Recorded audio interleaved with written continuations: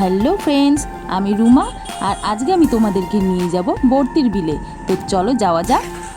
দেখো, বিলে যাওয়ার পথে রাস্তায় পড়লো ইটভাটা আর সানসেটটা দারুণ লাগছিল দেখতে। লোকালয় থেকে গ্রাম্য পরিবেশে এসে বেশ ভালোই লাগছিল। বর্তির বিলটা তোমরা দেখতেই পাচ্ছ, এই জায়গাটাকেই বর্তির বিল বলা হয়।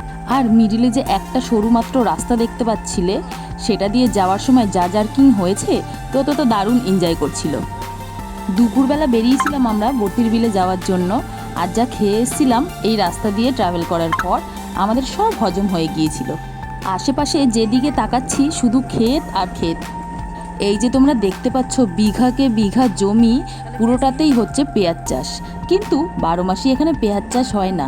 বর্ষাকালে এই ক্ষেতগুলো পুরো ভরে যায় জলে আর পরিণত হয় একটি বিশাল বিলে। তাই এই জায়গাটির নাম হয়েছে বর্তির বিল।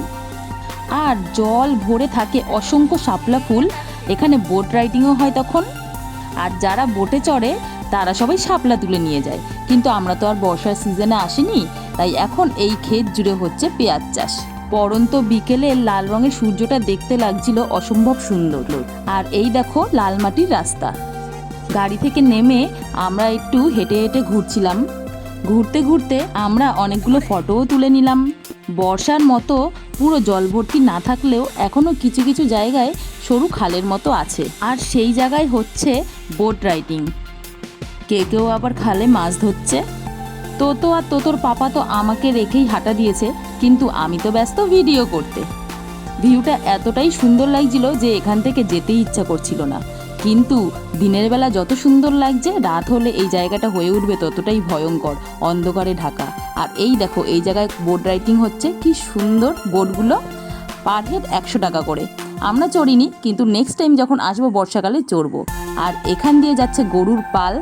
গরু দেখে তোতো দিয়েছে দৌড়। ও তো গাড়িতেই উঠতে চাইছিল না, ফাঁকা রাস্তা পেয়ে একা একা দৌড়াচ্ছিল।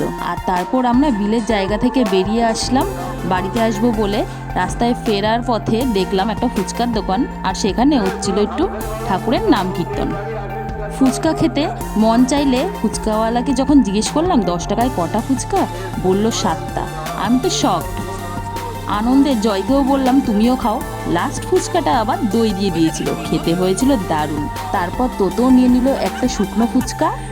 ফুচকা খেয়ে মনের সুখে হাসতে হাসতে আমরা রওনা দিলাম বাড়ির উদ্দেশ্যে।